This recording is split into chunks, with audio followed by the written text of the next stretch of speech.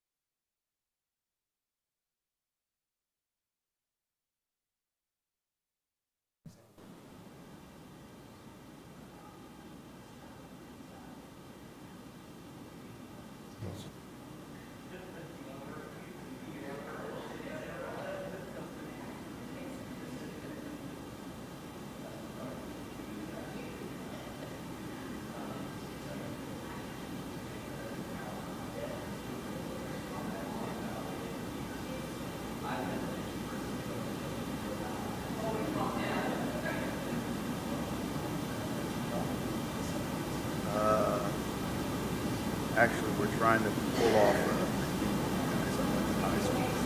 One of us is retired. And we're trying to, one of them is lead up there in Yellowstone.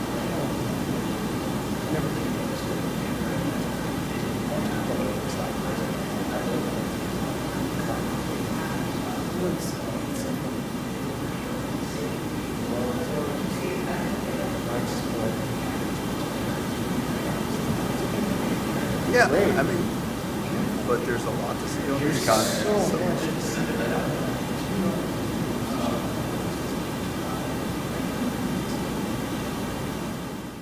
That might not be excusable. If living in California your whole life and never been. Hey, but I used to live in Salt Lake. I mean, in Utah, and I knew people that never went up. You can be at a ski area from the biggest city in Utah. 35 minutes. And I knew never I've not been to Yosemite, but I have skied. I don't know, Terry. That's so bad.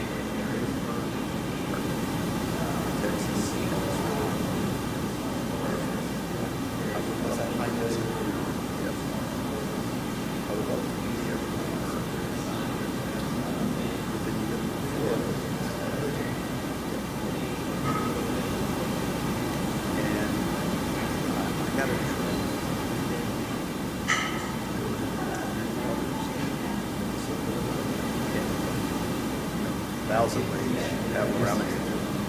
But I don't know if I just, I don't know, 6 days.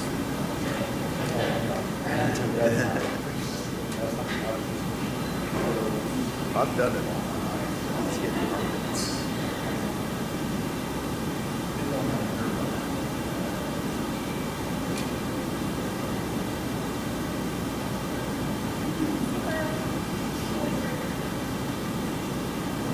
Well,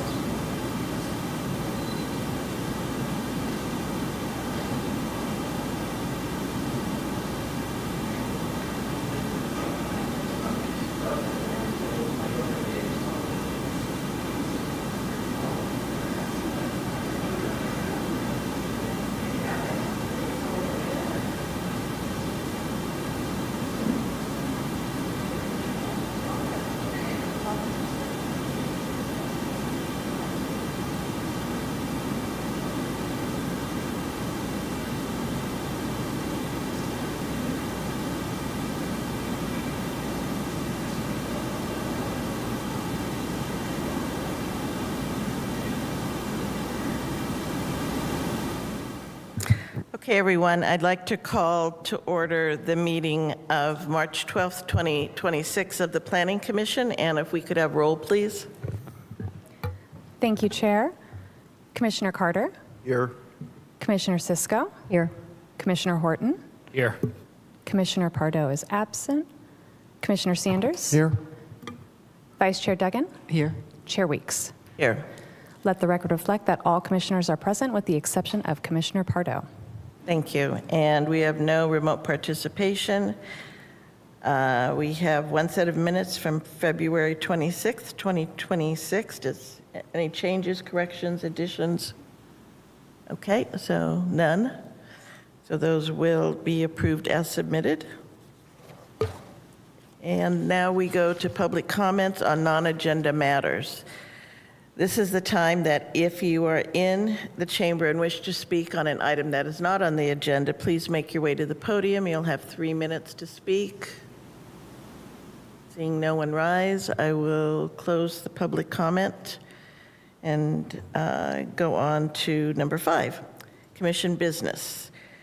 We are charged with carrying out the California planning and zoning laws in the city of Santa Rosa. Duties include implementation of plans, ordinances, and policies relating to land use matters, assisting in writing and implementing the general plan and area plans, holding public hearings, and acting on proposed changes to the zoning code, zoning map, general plan, tentative subdivision maps, and undertaking special planning studies as needed. We'll move on to commissioner reports. Are there any reports by my fellow commissioners? Okay. Then we move on to 5.3, which is other, which we have none. And then we move on to item 6, which is department report. Ms. Jones? Good afternoon, Chair Weeks, members of the commission. I do not have anything for you tonight or this afternoon. Okay, thank you. Item 7, statements of abstention or recusal. Yes. Thank you, Chair. I would like to say for the record that I have a personal relationship with a member of the applicant's representation team. And in order to avoid any appearance of conflict of interest or the perception that my participation could influence the discussion or decision on this item, I will recuse myself from item 11.3. Thank you. We have no study session, no consent items, no report items. Our first scheduled item on the agenda is 11.1. It was a public hearing for Meadowwood Ranch. It's being withdrawn by the applicant, so we will not have a public hearing on this item, and we'll go on to 11.2, conditional use permit streamlining. Ms. Jones? Yes, thank you, Chair. Let me get this up and running here.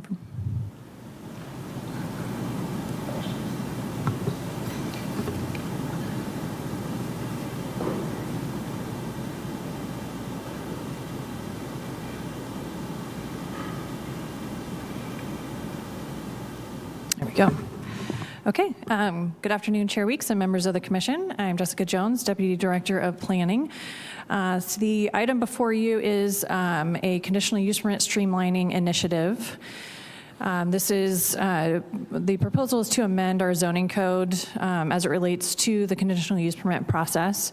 The purpose of that is really to focus on our economic development here in the city, trying to make this process more predictable and less costly for our business owners and applicants when they want to both expand and establish new businesses here in the city. And in addition to supporting our economic development efforts, it's really looking at creating efficiencies both for the applicant as well as for the city staff and our city resources.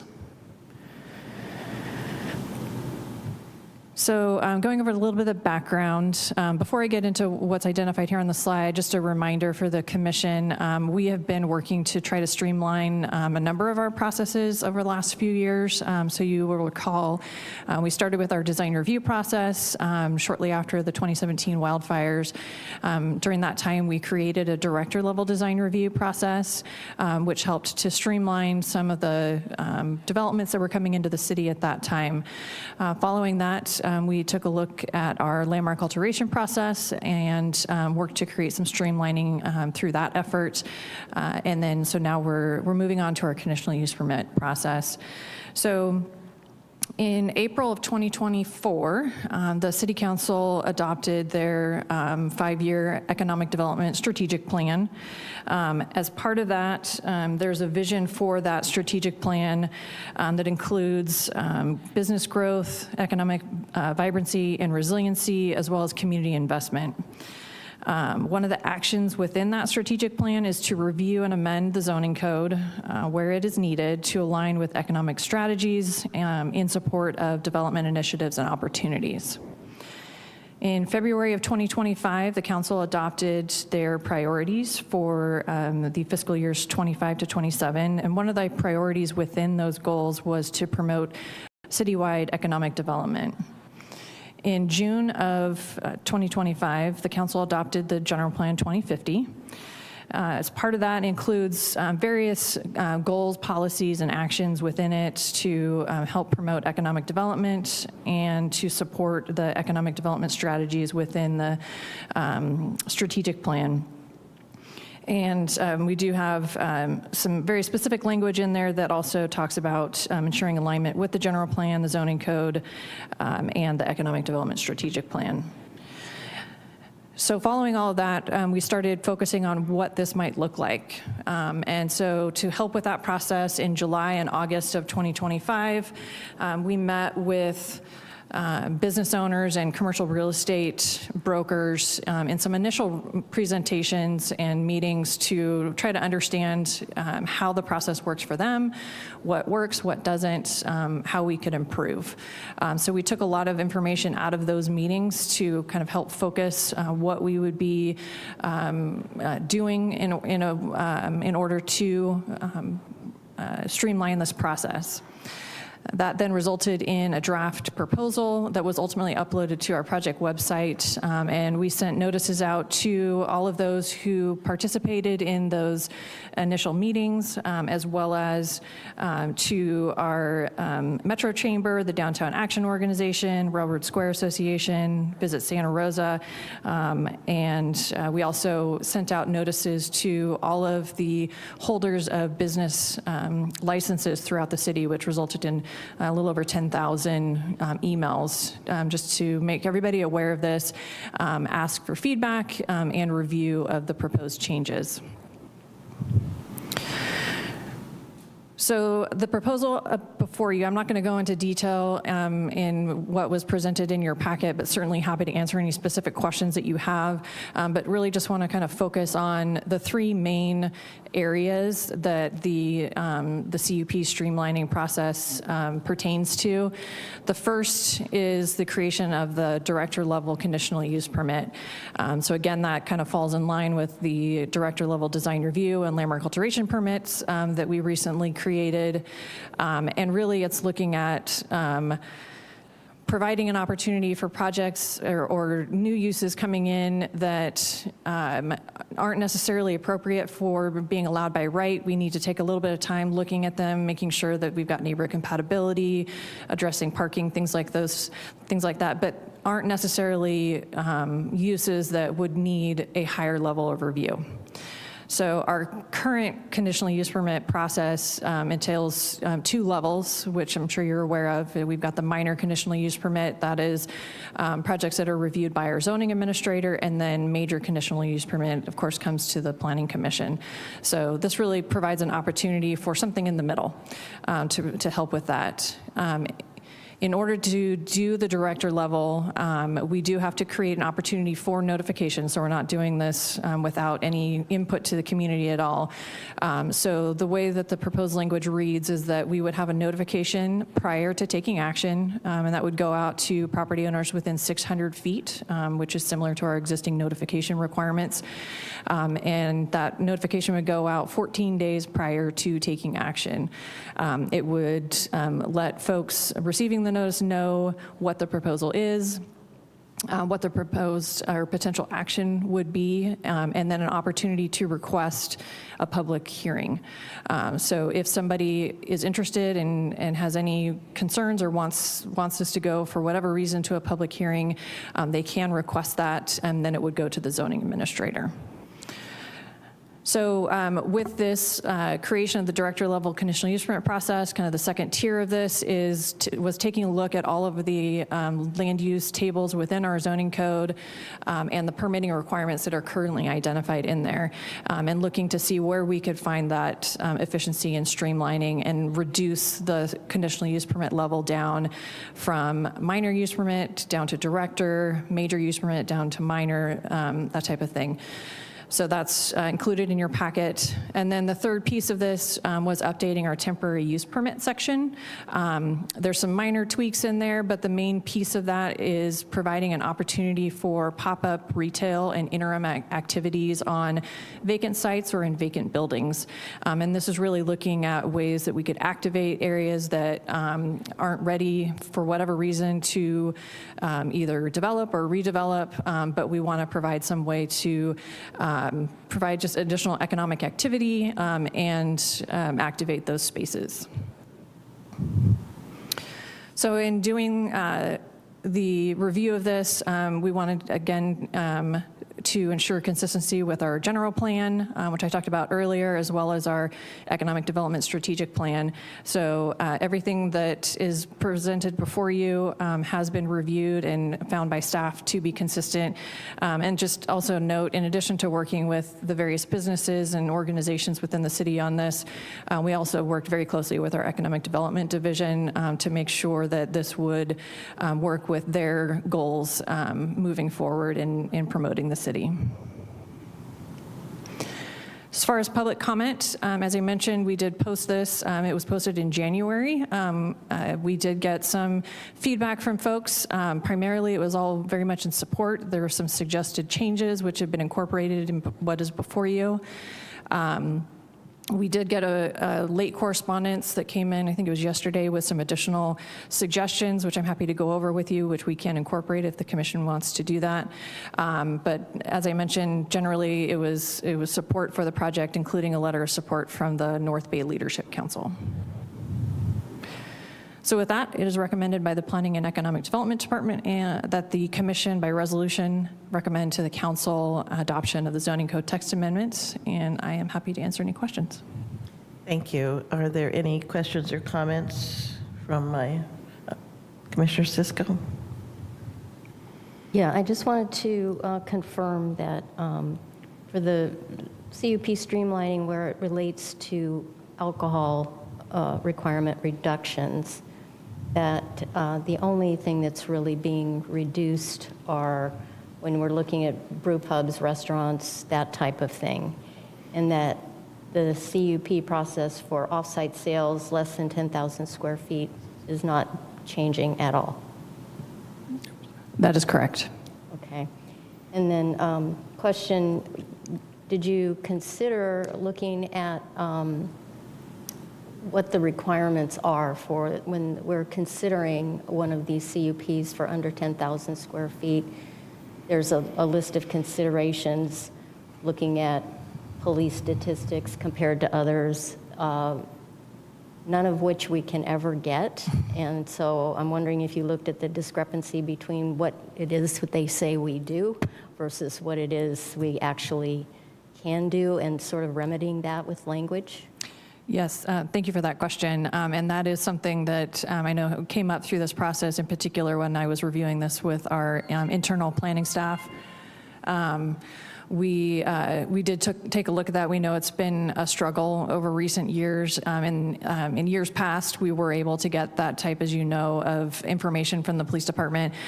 It has not been as easy. The information that they have doesn't, they aren't able to kind of parse out the information that we need for these particular items. In looking at that section of the code, as I dug into it, to me, there was more work that needed to be done than just a simple crossing out of some requirements and not others. It's something that we need to take a more specific and closer look at.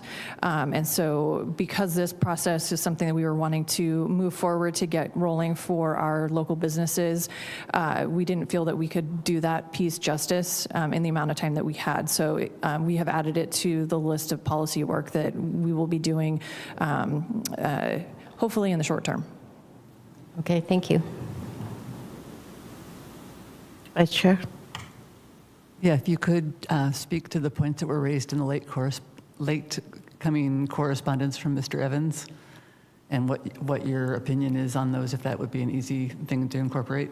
Yes, absolutely. So Mr. Evans was requesting that a few additional items be added to the wholesaling and distribution definition within our zoning code. And specifically, he was asking that paint, tile and stone finishes, major home appliances, furniture, and mattresses be added to the bullet point in that definition that talks about stores primarily selling certain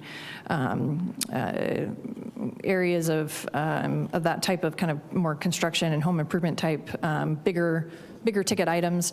And so, there's no concern about adding that. As I was looking into this, to me, I think the better place for that is the most, if not all of those items are actually identified in the land use for furniture, furnishings, appliance, equipment store, which is currently not listed in our industrial land use table.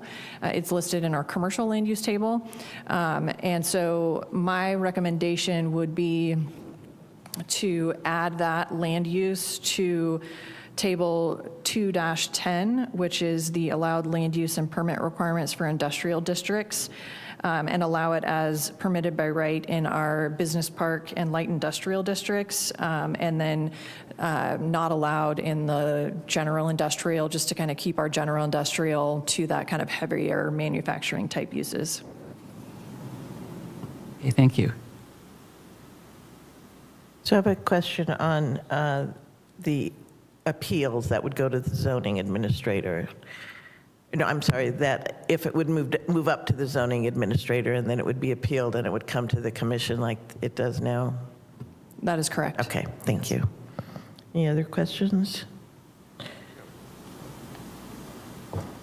Just a brief follow-up to Commissioner Cisco's question. Is there any hope of working with ABC so that their criteria sort of lines up with the data we can actually collect?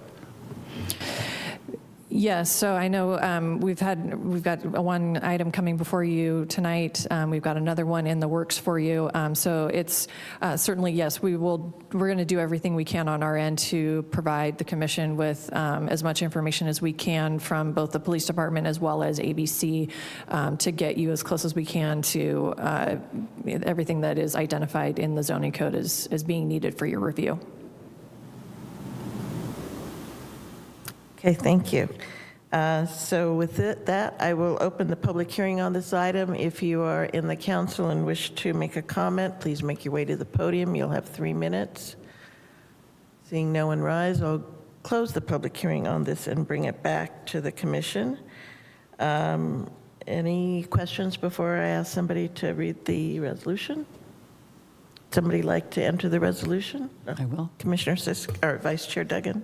I'll move a resolution of the Planning Commission of the City of Santa Rosa making findings and determinations and recommending the City Council adoption of zoning code text amendments to address streamlining and process improvements for the conditional use permit process and waive further reading.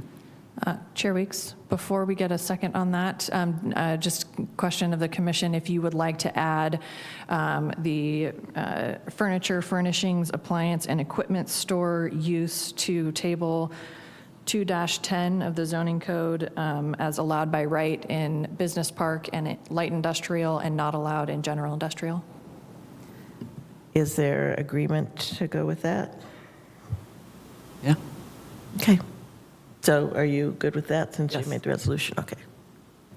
All right, so now we'll need a second. Okay, thank you. Second. And is there a second? Okay, who was the second? Oh, Commissioner Cisco, okay. So we'll go ahead and start with Commissioner Cisco. I mean, I think this is an important action by the city to, to make things easier and more cost-effective for the city and for the businesses that work here. And I am perfectly in favor of it and with the additions. Thank you. Commissioner Carter. Yeah, I think staff's analysis and recommendation is good on this one, and I can support them, and I can make the findings necessary to make a recommendation to the city council to approve it. Thank you. Commissioner Sanders. Anytime that we can make plan review and permitting process more efficient and less costly, the better. So I have no problems making the findings and will support the resolution. Thank you. Commissioner Horton. Thank you. Yes, I can make all the required findings. Just in the spirit of full transparency, my employer, Sonoma Clean Power, is a member of North Bay Leadership Council, and I sit on the board representing them. I don't receive any compensation. I did not personally, vote on submitting the letter or was not involved with that. And I'm not representing the organization here, but just putting that out there. So yeah, I can make all the findings and very supportive of this. Thank you. Thank you. Vice Chair. I have nothing to add. I can make all the required findings, and I'm in support of adding the information to table 210. And I also could make all the required findings. I think anytime we can save time for folks, that's a good thing. I think your outreach was really good. And I especially like the use of vacant buildings and properties for pop-up retail and events. So thank you. I can make all the required findings. So with that. Thank you, Chair. Commissioner Carter, Aye. Commissioner Cisco, Aye. Commissioner Horton, Aye.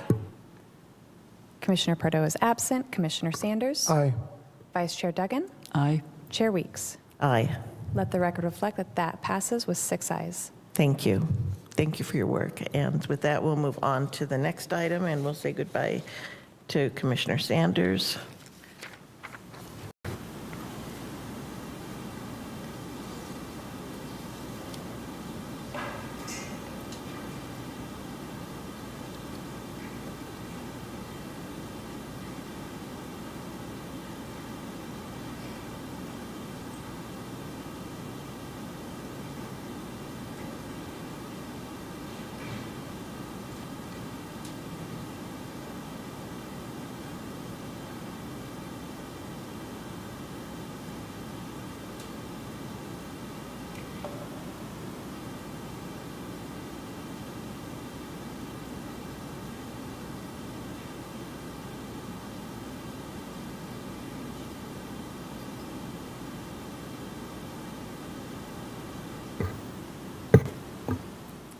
Okay, so this is item 11.3.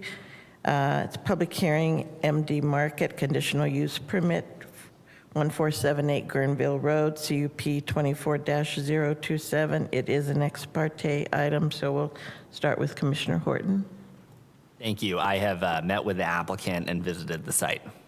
Thank you. Commissioner Carter. I also met with the applicant and visited the site. Vice Chair.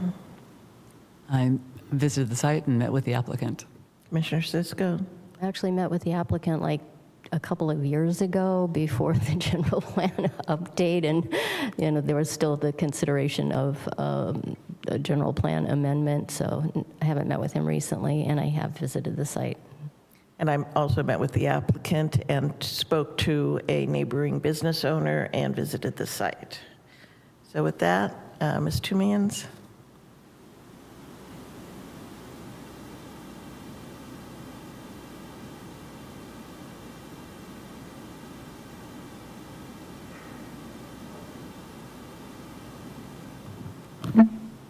Thank you. Thank you, Chair Weeks and members of the Planning Commission. My name is Christine Tumians. The item before you is MD Market, proposed at 1478 Guerneville Road. The request is for a major conditional use permit for alcohol sales and off-site consumption, and approval for extended hours from 6 a.m. to 12 a.m. The request is for an additional hour. Normal operating hours or permitted operating hours are 6 a.m. to 11, and they're requesting an additional hour to be open till midnight. The proposed use is a neighborhood grocery market, which is permitted by right, located in an existing commercial building. It's a former paint store. The most recent tenant was a Kelly Moore. Site improvements include minor interior tenant improvements, parking lot restriping and circulation changes, lighting and security upgrades, and there are no plans to expand the building. The project is located at 1478 Guerneville Road along the Guerneville Road commercial corridor. It's within the North Santa Rosa Station Area Specific Plan, and it's located near multifamily residential, office, and commercial uses. To the north, you can see several multifamily residential units. To the south, again, an apartment building, and to the east, we have more multifamily and commercial and professional offices. To the west, there's a Super Chavez Market, and beyond Super Chavez is the Smart Rail. This is the general plan and zoning for the site. You can see the purple shows that the property is designated transit village and mixed use. That was changed with the 2050 general plan. Prior to that, the property along with the property across the street from Herbert Lane were designated PI. The zoning is also TVM, Transit Village Mixed Use, which allows for the neighborhood serving retail uses. Alcohol sales and extended hours require a major use permit, which is why we're here today.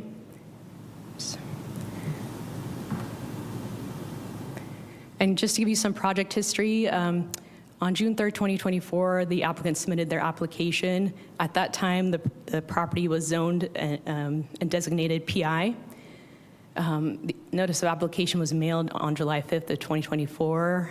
We held a neighborhood meeting on September 9th of 2024. Staff had difficulty moving the project forward given the general plan designation and zoning and the requested uses. The applicant staff recommended that the applicant either independently request a general plan amendment or rezoning or wait for the 2050 general plan to move forward. The applicant elected to wait. The general plan amendment was adopted, and the subsequent rezoning package was adopted on November 4th, 2025, and that resulted in the site being rezoned to TVM.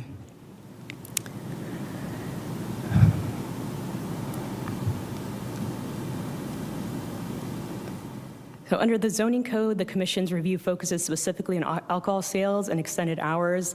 The code directs the commission to consider public convenience, public safety factors such as crime and calls for service, alcohol outlet concentration, compatibility with nearby uses, and site design features that help reduce nuisance activity. And those site design features would include visibility and natural surveillance, measures to discourage loitering, lighting, and security features. The yellow that you see here indicates the area of the ABC Census Tract, which includes the subject property. There are currently 5 businesses that currently have alcohol off-sale retail licenses that include Whole Foods, Target, Safeway, 7-Eleven, and the Coddingtown Bolero. Included in your late correspondence was also the on-sale alcohol retail businesses. That includes a Super Chavez Market across the street. They actually hold a Type 41 alcohol license, which is tied to their restaurant use. So it's a restaurant-related alcohol license. And they're able to sell beer and wine to go. With the change of the building use from a paint store to the proposed commercial building, our traffic division had some concerns with the existing circulation, and with the traffic study that was prepared with the project, the traffic engineer had 2 potential recommendations that the applicant could implement with the site design. The applicant decided to go with this design, which includes a revised parking configuration, which would be entry on Guerneville Road and an exit on Herbert Lane. It would eliminate the angled parking that currently exists. It would eliminate the row of parking on the north row. And this would improve circulation and access, and it avoids the need for off-site improvements. This would also include parking for bicycles and ADA spaces. Now, the project involves reuse of an existing 5,040 square foot commercial building. The proposed market would provide 17 on-site spaces, and while the zoning code would otherwise require 20 spaces, the site is located within 1/2 mile of the North Station, the North Santa Rosa Smart Station, and qualifies under Assembly Bill 2097. And that prohibits the city from imposing parking minimums for qualifying transit adjacent sites. So while they don't provide 20 spaces, they're very close.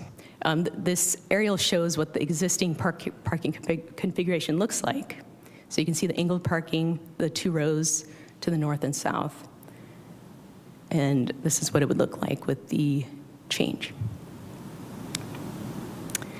So with the notice of application mailed in July of 2024 and the neighborhood meeting, which was very well attended in September of 2024, staff received several written comments during the review period and after those notices were mailed. Common concerns include alcohol sales, hours of operation, parking and circulation, safety and security, nearby business concerns regarding extended hours and alcohol sales. I did receive some late correspondence that was not included in your packet just a few minutes before the meeting regarding crime issues related to unhoused individuals with bicycle theft and vandalism with the nearby residential multifamily buildings. There were some supportive comments from regarding the people excited about having a neighborhood serving market and having this vacant building activated. Staff considered concerns related to crime, late night activity, and alcohol sales in light of code findings and consultation with the lieutenant that's specifically assigned to this beat.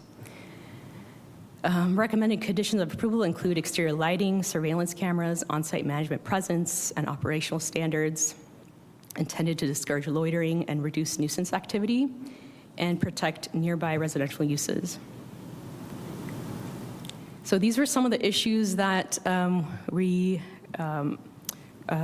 resolved while evaluating this project. The major one was the zoning consistency. So the site was rezoned from PI to TVM under the general plan, which allowed neighborhood retail by right, which allowed the proposal to go forward. The circulation issues were resolved with the applicant deciding on the circulation change, and then the operational controls that the applicant included in his project description, and we included in the conditions of approval, which include exterior lighting, surveillance cameras, on-site management, and measures to discourage loitering. The Santa Rosa Police Department reviewed the proposed project as part of the interdepartmental review, and SRPD provided dispatch, crime, and arrest data for the vicinity of the project site covering recent years. The data reflects a range of incidents typical of a commercial corridor, including traffic stops, suspicious persons, property crimes, and occasional disorder-related offenses occurring primarily at nearby intersections such as Guerneville Road and Coffee Lane. Based on departmental operational experience, SRPD indicated that the Cottingtown area is generally within the middle range of citywide crime levels and is not characterized as a high-crime area relative to other parts of Santa Rosa. Police also noted that several existing retail establishments in the surrounding area sell alcoholic beverages and did not identify the proposed accessory alcohol sales as creating additional public safety concerns. Police further noted that operational and environmental design features such as exterior lighting, surveillance cameras, and active site management can help discourage nuisance activity when properly maintained, and these measures are incorporated into the conditions of approval. This project was reviewed for CEQA. It's category exempt with 15301 for existing facilities and 15303 for minor construction tenant improvements. Because it's an existing building being reused, it includes minor tenant improvements with no expansion of the building footprints, and no CEQA exceptions apply. And then just to note, there was a noticing issue that was brought to staff's attention yesterday. It was noted that a on-site sign was missing. Staff confirmed that the required public hearing sign was originally installed, and we have both an installer's affidavit and photo documentation confirming it was posted during the notice period. The sign installer inadvertently removed the sign on Tuesday of this week at approximately 11 a.m., believing the hearing had already occurred due to the earlier February 26th hearing date. Once staff became aware and inquired with the applicant immediately reinstalled the sign yesterday afternoon and provided photographic confirmation. Staff also confirmed that it was reinstalled. Additionally, zoning code section 20-66.020A3 states that a defect in the notice procedure shall not affect the jurisdiction or authority of a review authority to take action on a matter unless otherwise provided by law applicable to and binding upon a charter city. Based on the documentation confirming the sign was properly posted during the noticing period, staff believes the noticing requirements were satisfied, and the commission may proceed with the hearing. With that, it is recommended by the Planning and Economic Development Department that the Planning Commission approve a major conditional use permit to allow alcoholic beverage sales for off-site consumption, extended hours of operation from 6 a.m. to 12 a.m., 7 days per week, located at 1478 Guerneville Road, subject to conditions of approval. The applicant is available, would like to make a presentation. We have representatives from engineering, and also, I believe the police is available via Zoom. Thank you. Thank Are you. there any questions of staff before we hear from the applicant? Okay, so is there a presentation that they have? No presentation, just If you have a presentation, please go to one of the podiums and provide your presentation.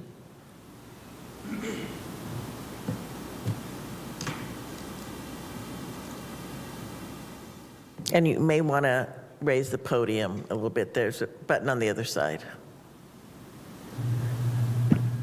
Because you have to talk really closely. all right. Can you guys hear me? Yes. Okay, good. All right. Good evening, Chair and members of the Commission. My name Can is you Harmon. speak a little closer to the microphone? I'm sorry. It might be as high as it goes. I'll scoot up a little bit, yeah. Good evening, Chair and members of the Commission. My name is Harmon Dillon, and I'm the applicant for the MD Market project. I'd like to begin by thanking staff for their time and effort in reviewing the project, preparing the staff report. And I understand that Commission has already reviewed the details, so I will briefly focus on the type of market we are proposing and the role it will serve for the neighborhood.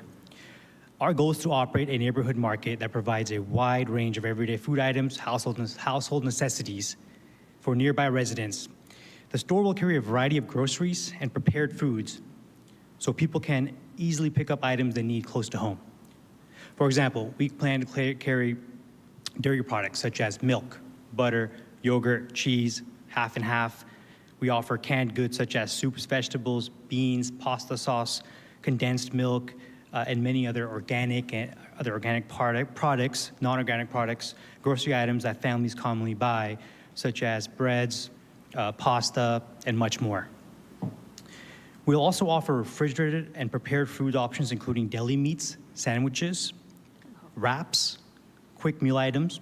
In addition, the market will carry frozen food items as well, such as pizzas, burgers, breakfast items, breakfast burritos, frozen meals, including well-known brands that we currently carry, such as Amy's. Another important point is that we do participate in the SNAP program, which is the federal food assistance program administered by the USDA. In order to participate in this program, retailers must meet strict requirements and guidelines to offer a variety of staple food categories such as dairy, meats, vegetables, and other grocery products. The USDA also conducts inspections and compliance and checks to make sure participating locations and stores continue offering a variety of foods and following the program rules. The program is important to us because it allows us to serve members of the community who rely on food assistance while ensuring we maintain a true grocery offering. While we do plan to sell beer, wine, and spirits, those items will simply be a part of a broader neighborhood market, similar to what you would see in many other grocery stores and small markets throughout the city. I also want to emphasize that this will be a locally managed business, and we personally are going to be involved in it on a day-to-day, daily basis. We take pride in maintaining clean, well-run markets as we have been, as our family has been for the past 30-plus years. Originally started the MD Market on Mission Boulevard in Rincon Valley. Because we will be present regularly, we want to be good neighbors. If any issues arise related to our business, we want the nearby residents and the community to know that we will be present at that location so they can come up to us, reach out to us directly, so the concerns can be addressed quickly and responsibly. As staff member, we want to run a clean, well-tamed market and business, and we want this location to be safe. The safer it is, the more inviting it is, the more appealing it is, it's going to be better for us.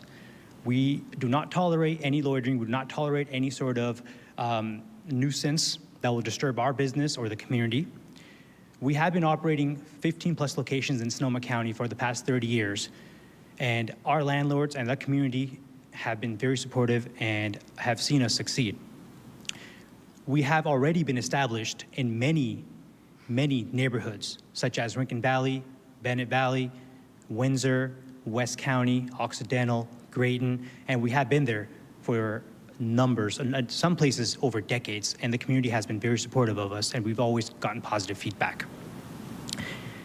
At the end of the day, this project activates a vacant property and provides the neighborhood market offering a wide range of foods and everyday essentials to the surrounding community.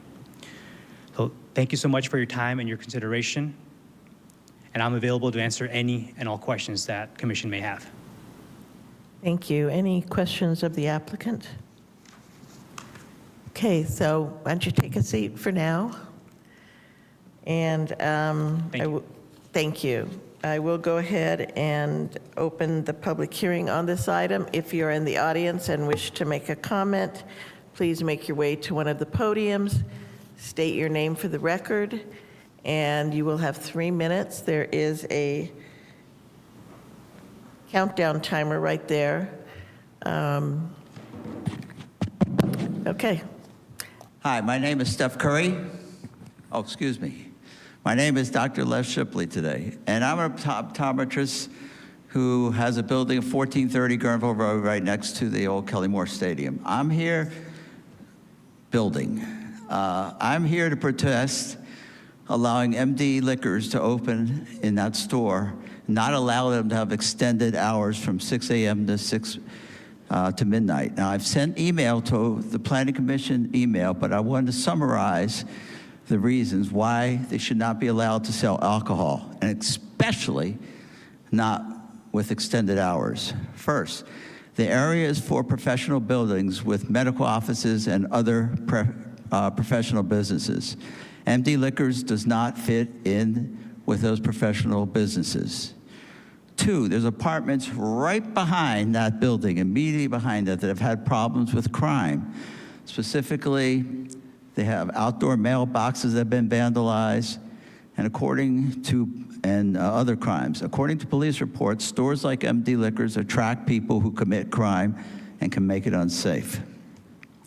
There are plenty other stores, as it was noted by Christine, within a quarter mile that sell liquor and alcohol. Number 4, my employees and patients would not feel safe coming to a building which is next to MD Liquors. Now, I have many patients who are either older, children, or they have other types of risk. Again, a story like MD Liquors is not conducive to that atmosphere. 5, the SMART train operates very, very close to there. And people getting off that train, a lot of times it's dark or getting there in the morning. That's a store like MD Liquors not conducive to being next to a place like that because people are getting on and off the train during the dark. And finally, his point about selling vegetables and foods. If you've ever gone into any of the stores, it's highly, highly advertised to sell alcohol. There are some, definitely other kinds of foods there, but it's strictly or mostly liquor and alcohol. I just want to thank you for allowing me to make my presentation, and please consider that that type of a liquor market doesn't really fit in that area. Next person speaks is a very special person that you should hear. She happens to be my wife, Janice. Thank you. Thanks. You might want to, you can lower the podium on the other, there's a button right there. What button? There's a button on the right or left? On your right. There. Speak close. Okay. Hello. My name is Janice Shipley, and I am here to let you know that I am very concerned about the kind of patronage that may be happening at this particular area. Now, and I have to tell you, the times of the shop being open, 6 a.m. to 12, where they sell alcohol, is very objectionable to me, especially next to professional offices, tax people, all kinds of businesses that are called businesses in the professional park of Cottingtown Plaza. So having to be next door to places that sell alcohol up until midnight and starting at 6 a.m. makes me worry for any of my kids or grandkids that would want to sit in the office knowing that there were people next door buying alcohol and they could just walk over. It's a little bit too much for the culture of that particular area, especially because it's such a high residential area. So, I would have to say that wanting to provide food services is a great idea. In fact, I would love it if at 6 a.m. he would open a boutique coffee shop because it has a beautiful blue awnings already. It would be lovely for a breakfast place. But as far as alcohol goes, I think we have enough alcohol in the area. I mean, there's a place that goes till midnight, 2 blocks away, and then 1 block away, there's another one that goes to 11 p.m. It's just way too much alcohol in that area, as far as I'm concerned. The other thing that's very important to remember, and I apologize that I sent my email late last night, just a last-minute notification to you regarding some literature that I have read about the increased crime that happens with alcohol sales late at night. There was a study that the Boston University people did for the city of Baltimore, which showed that there was a 23% rise in violent crimes when alcohol stores were open till that late at night. It was reduced by 23% when they reduced the hours of sale of alcohol. And I'd like to, hopefully you'll get a chance to read my email that talks a little bit more about that. The lighting is, the need for lighting would be extreme. The need for more police presence would be extreme. And I think that it would cost the city a whole lot more to have those services. Thank you. Anybody else who would like to make a comment?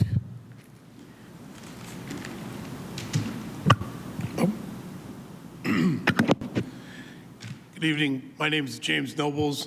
I'm a commercial broker in the community here, and I am here to voice my support of the project for MD Liquor.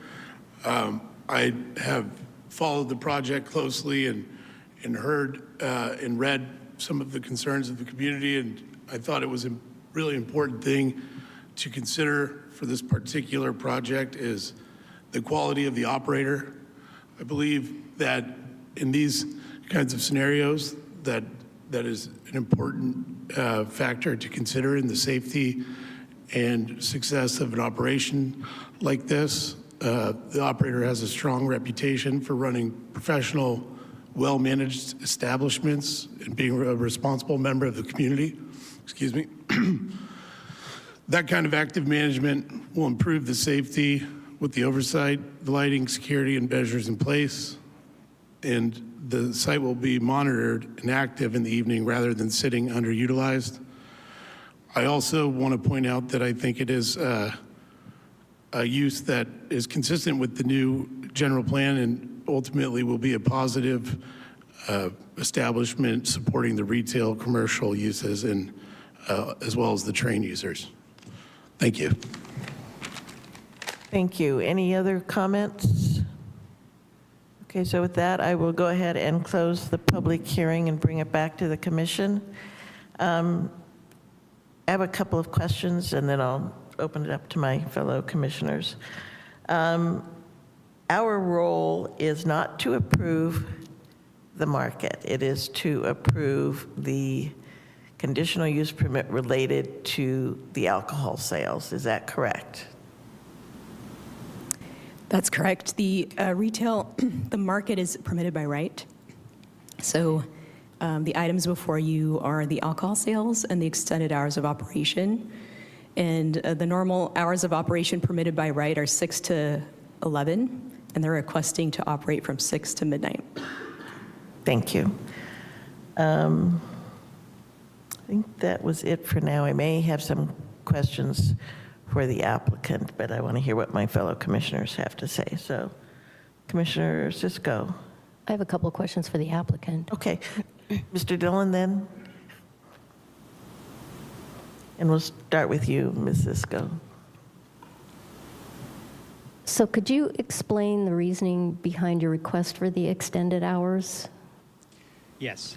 So in our experience as living in Santa Rosa or Sonoma County and being a business owner, we have staff that obviously... Can you get a little closer to the mic? Yeah. I will never get used to it. Or just hold on to it. I'll just hold on to it, yeah. Thanks. We have staff that start as early as 5 a.m., and we have staff that work till as late as 10 p.m. And the reason for it, we have other markets in the area, like Grayton, for example, where we do stay open late, extended hours, and we do have folks coming in after work or before work as early as 5 a.m. That is primarily the reason to offer for the community before work, and then if they are coming home after work. There's not a lot of places out there that are staying open till that late.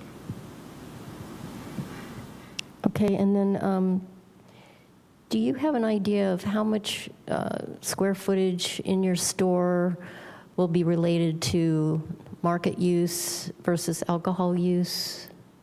Yeah, so we're going to have majority of it's 5,000 square feet. We are going to have an office there as well, where I will be there. We'll have on-site.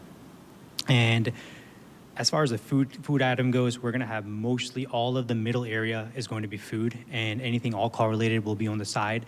As far as the exact square footage, I don't know off the top of my head what it would be, but this would be the largest footprint that we would have. So we are definitely trying to offer as much food as we can. And as far as alcohol goes, look, we're not just going to be throwing a bunch of alcohol here. We're not making this into a with all due respect, like a BevMo. That's not our intention at all whatsoever. Again, with all due respect to their businesses, you're not going to walk in and just see an abundance of alcohol sitting there and nothing else. That I can for sure promise you. Okay, thank you. Vice Chair Duggan? Yeah, I have a question for staff. As part of the CUP process, can we condition any project to not display like the neon alcohol-related signs that a lot of our typical liquor stores? I believe our sign code would prohibit that anyway.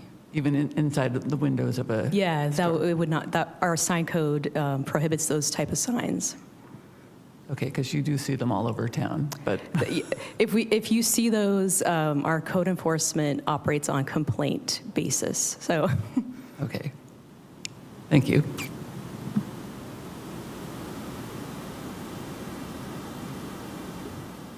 Yeah, just a little more on the extra hours.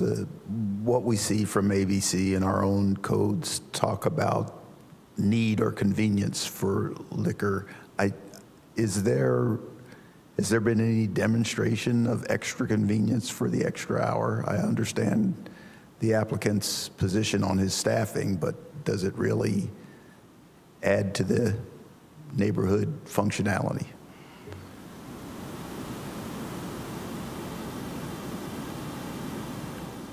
Question for staff or for the applicant? For staff. Okay. the PCN or the public convenience and necessity findings are separate from the extended hours of operation. So that's a separate use in and of itself. And ABC didn't really weigh in on the extended hours. I mean, overall, ABC has, the state of California has a limit of when you have to stop selling alcohol. So, I mean, they don't really weigh in on the extended hours. We did consult with the police, however, how they feel about extended hours. And their general response? They didn't seem to have a concern with extended hours because of the security measures, the lighting that the applicant was, and the conditions of approval that we were going to impose. Could we get Lieutenant Hackett up, please, somewhere? I believe the Lieutenant Hackett is on Zoom. I can't see who's on, but. I think, is it Lieutenant Hackett? Yes, ma'am. Okay, so Charles, do you want to? Well, I thought staff answered my question, but there was no concern. What we heard was there was little concern from the police that the extended hours would add to the possibility of bad behavior. That's correct. Okay, thank you. That's it just for that. Thank you.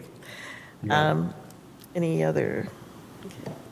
So I have a question for the applicant, and it kind of goes to Commissioner Cisco's question about the amount of square footage that is dedicated to food versus alcohol. In your other stores that are similar to this, and I take it that none of them are because this is the largest, but just generally, what percentage of your business is alcohol? Do you have an idea? I would say it's less than 30%. In some areas like Occidental, where we do operate more in a style where we're trying to do here, it's less than 20%. Okay, thank you. And, I have Any other questions? Okay. So I'll start off with some comments. I would really like to see the hours reduced. You want to move a resolution first? Need a resolution? Okay, sure. Who's? I can do it. Okay. I move a resolution of the Planning Commission of the City of Santa Rosa making findings and determinations and approving a major conditional use permit for alcoholic beverage sales for off-site consumption and extended hours of operation, 6 a.m. to 12 a.m., 7 days per week, located at 1478 Guerneville Road, file number PRJ24-014, CUP24-027, and waive further reading of the text. Thank you. Is there a second? I'll second. Okay, so that was moved by Commissioner Cisco, seconded by Commissioner Carter. So, okay, I'll wait till the end then. Commissioner Cisco, comments?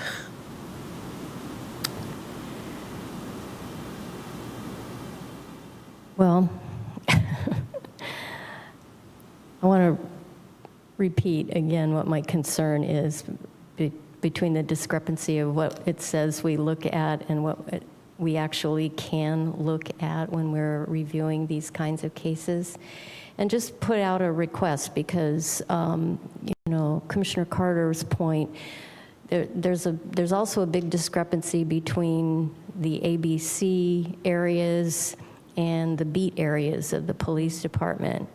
And so unless we see those maps, ABC can say there's no over-concentration, but there's a line and then there's 4 of the next one. So it would be helpful, I think, until the zoning code is changed or whatever, that when we're looking at alcohol sales, we actually get a copy of the map, with the lines and alcohol sales on both sides, and also have a police beat overlay, so we have an understanding of who's saying what where until we can get more clear about what the police department can or cannot actually provide.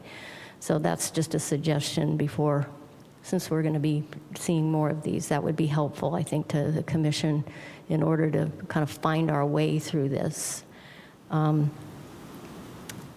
That being said,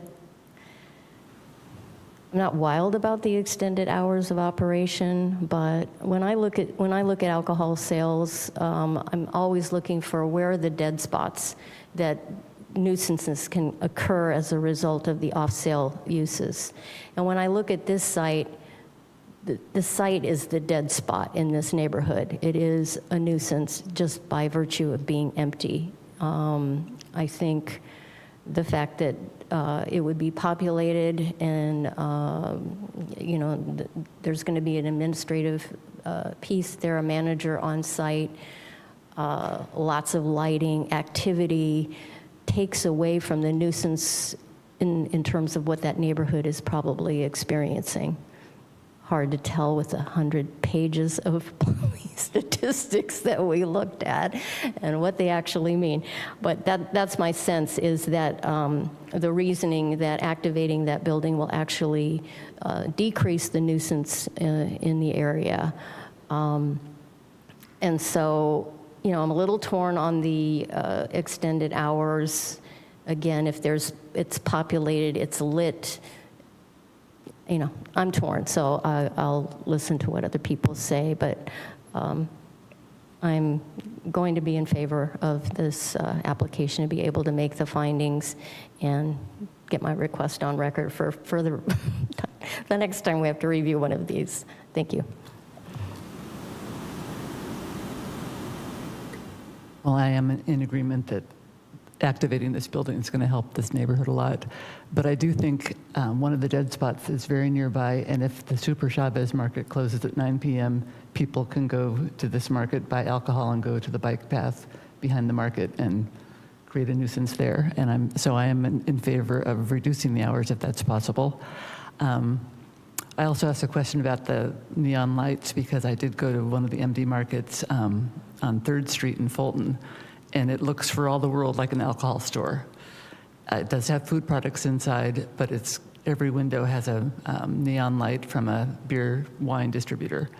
So I think if you want to be a food store, that's great. I'm glad to hear that you have a relationship with the USDA and the SNAP program, because then you're required to carry certain food products, and I think that's fabulous. But if you look like an alcohol store, it's going to be worse for your business than than if you don't. But otherwise, I can support the application, but I would be in favor of reduced hours. Thank you. Commissioner Carter.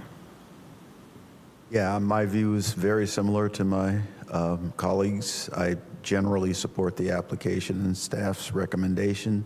I don't know that the additional hour has been thoroughly justified, so I would entertain reducing to the standard hours. I would prefer not to do it at the expense of extending the application. If we can do it here tonight, that'd be my preference. Thank you. Commissioner Horton. Thank you. Yeah, I agree with a lot of what's been said, but I'm actually in favor of the extended hours. And part of the rationale, I think, for me, in addition to what Commissioner Cisco said and others, is you look at this in the context of our general plan and our kind of broader, city and regional goals. You have the last SMART train from the south coming in at 9:59 p.m. And I'll tell you, as a single 34-year-old guy, I could see myself getting off that train after a long day at work or events or whatever, going home to my apartment on Coffee Lane, and then at 10:50 I leave to go pick up some snacks or a drink or something.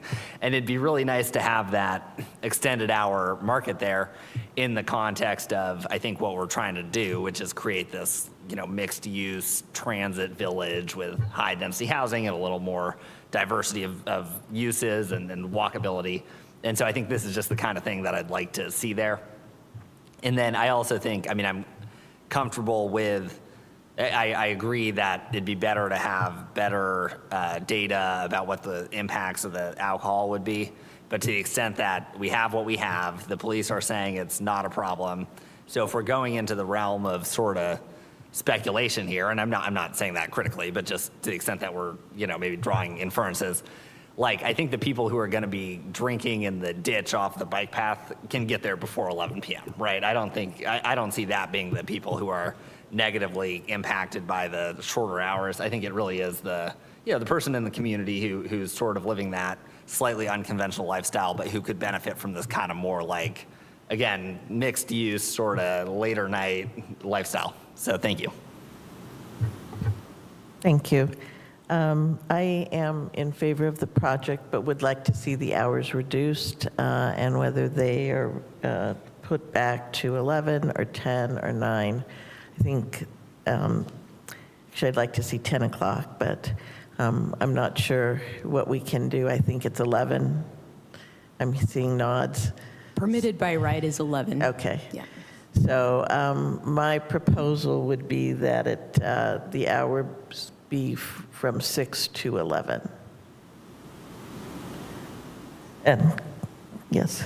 Can you describe how onerous it is for an applicant if you do reduce the hours, and if, let's say, over time, with all the things that we've approved in the area, all the apartments get built and occupied, and there is more of a need for later hours, how onerous is it to come back and have the hours revised? So he would have to come back and reapply for another major conditional use permit. Hold on 1 second. I'm going to check the changes new that rules? you just recommended. That may be down to a minor use permit. Give me one moment. Yeah, so actually the current requirement is for a minor use permit. So normally if this was just extended hours, it would be a minor use permit that would go to the zoning administrator. It came before the commission because it was included as part of the major conditional use permit for the alcohol sales. And as part of the proposal that you recommended move forward to council earlier this afternoon, it would be dropped down to a director level. So again, it would still have a noticing requirement and an ability for moving it up to a public hearing if a neighbor requested that, but otherwise it would be at the director level. Okay, so with that, my proposal is that it be 6 to 11. So in order to do that, we would need to modify the resolution verbiage to strike the extended hours of operation language And then also, there is condition number,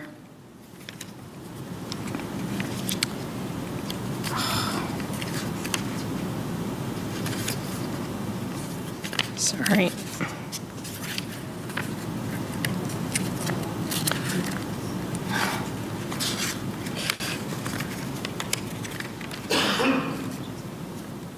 Here it is. There's a condition that specifies the hours as well, which I'm trying to find. It is... Number 8. Oh, we need to take a break to discuss if there are other areas of the resolution that need to be modified to address your... I may be the only one that wants this, so I'd like to get a feel from the commission, and Ms. Crocker, tell me if I'm doing something I shouldn't. No, you guys can just have kind of an informal straw poll, but we will want to have a discussion as to whether or not we'd have to have some findings of denial for extended hours and parse this out into 2, since it was 2 separate applications. So it may not be just as easy as crossing something out. So why don't you guys, have maybe kind of a straw poll discussion as to this extra 1 hour, and we'll discuss here while you do that as well.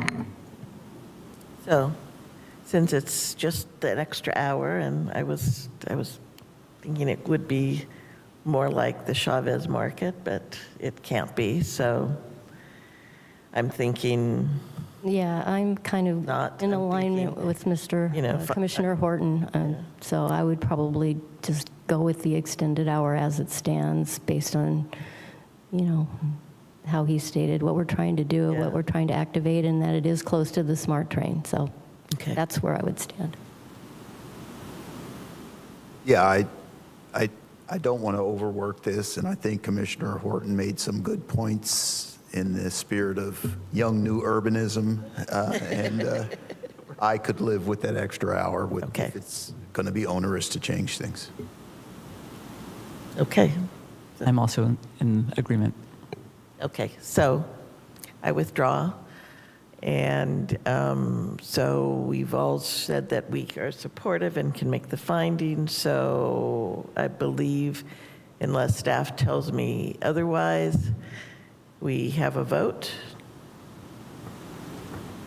Thank you, Chair. Commissioner Carter? Aye. Commissioner Cisco?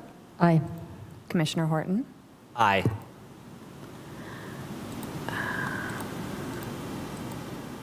Vice Chair Duggan?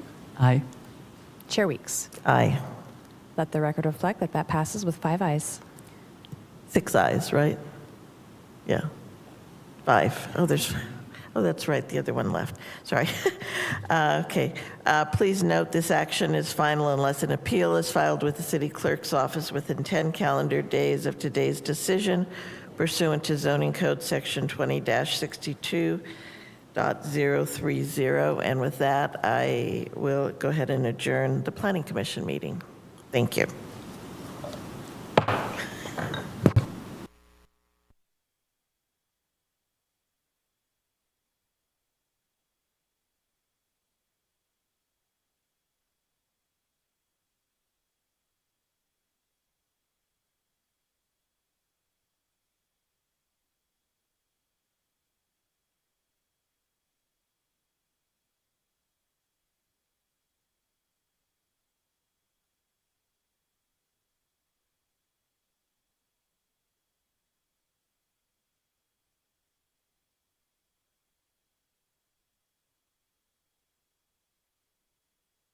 Sustainable alternative travel options for their commute to work or school. I live near work, so I choose to walk. No more sitting in traffic. I take public transit. I enjoy the ride, so why not bike to work? You can receive up to 10 points for every commuting trip you log by using clean and active travel modes for your commute. Each recorded trip earns points that can unlock various rewards. Visit gosonoma.org/commuter rewards, where you can sign up for a Sonoma Commute Rewards account. Enter your information. You'll be prompted to enter your name, email address, and home and work address. Next, check your email work